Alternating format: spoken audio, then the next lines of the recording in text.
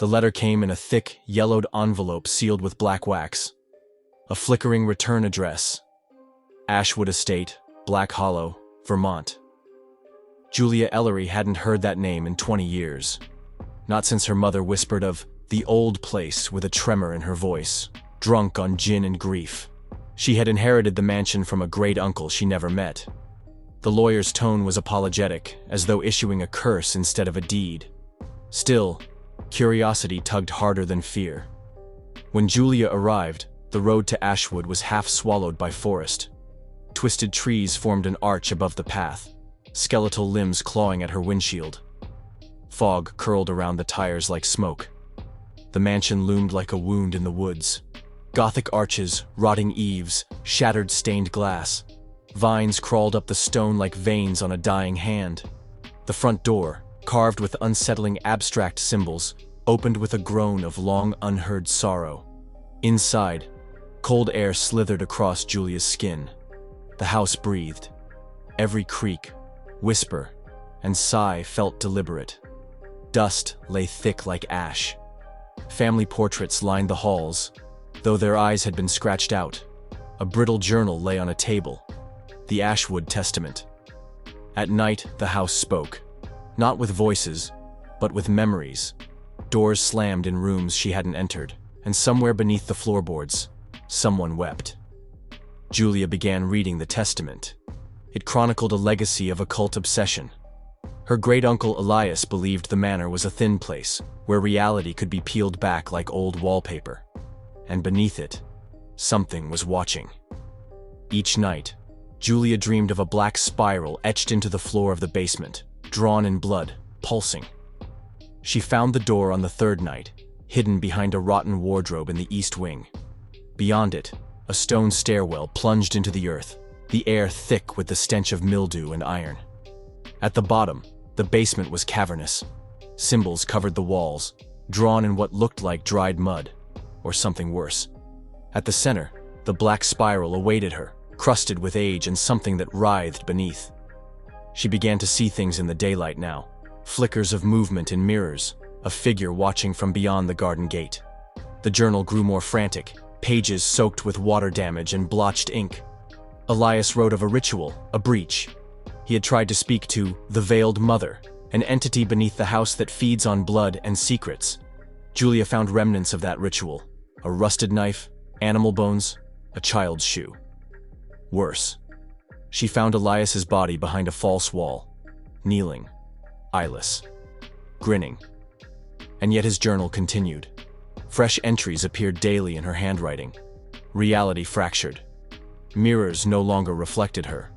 Whispers came from drains and light fixtures. The house rearranged itself. Hallways stretched too long. Rooms vanished overnight. Julia's memories unraveled. Her mother, the whispers about Ashwood, the reason no one returned. She saw herself, younger, standing in the spiral years ago. She had been here before. She had left something behind. In the final pages of the testament, Elias wrote, "It only sleeps until one of its blood returns. She will come back. She always comes back. And she must choose sanity or silence." The house wanted her. The thing beneath it had grown hungry.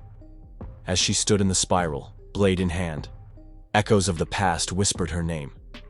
Her body moved of its own accord, retracing a forgotten ritual. She screamed, but no sound left her lips. Only the spiral answered, opening like an eye. Black Hollow is empty now. No one speaks of Ashwood. But if you follow the road, through the fog and trees, you'll find the manor still standing, whole again, lit from within, waiting, and if you enter, you might find her there, or what's left. She writes in the testament now, and the spiral keeps growing. The days no longer passed in sequence. Julia would wake in the library, then blink and find herself standing in the attic, holding a photograph she didn't remember taking. Dust hung in the air like ash in a burned chapel. The clocks had all stopped, each one at 3:17 a.m. There were new rooms now. One had walls of raw meat, pulsing. Another contained rows of Julia's belongings, childhood toys, her college textbooks, the shirt she wore when her mother died. All laid out meticulously. labeled in Elias's spidery handwriting. The house was not haunted. It was remembering her. The spiral was no longer dormant. It pulsed beneath the house like a second heart. Julia descended again into the basement, barefoot, numb. The spiral glistened wetly now, and she swore it exhaled when she approached. At its center, a black hole, not metaphorical but real. Its edges rippling like water, darkness pouring out like ink in slow motion. She stepped in. There was no fall, only a sensation of being peeled. Her skin, her identity, her memories, they lifted like brittle leaves in wind. She emerged in the house again, but not the house she knew. Ashwood had changed. The walls pulsed with veins. The sky outside the windows was the color of old bruises. Gravity tilted, and the house echoed with Julia's name, but in her mother's voice. She found a door made of bone. It opened with a breath. Inside, a cathedral of decay, an altar of flesh, and behind it, a figure, towering, faceless, shrouded in a veil that rippled as if underwater.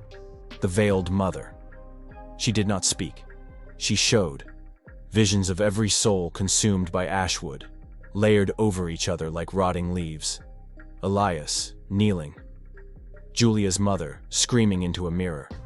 Julia herself, endlessly walking the halls, over and over. "You came back," said the voice. Not from the figure, but from within Julia's skull.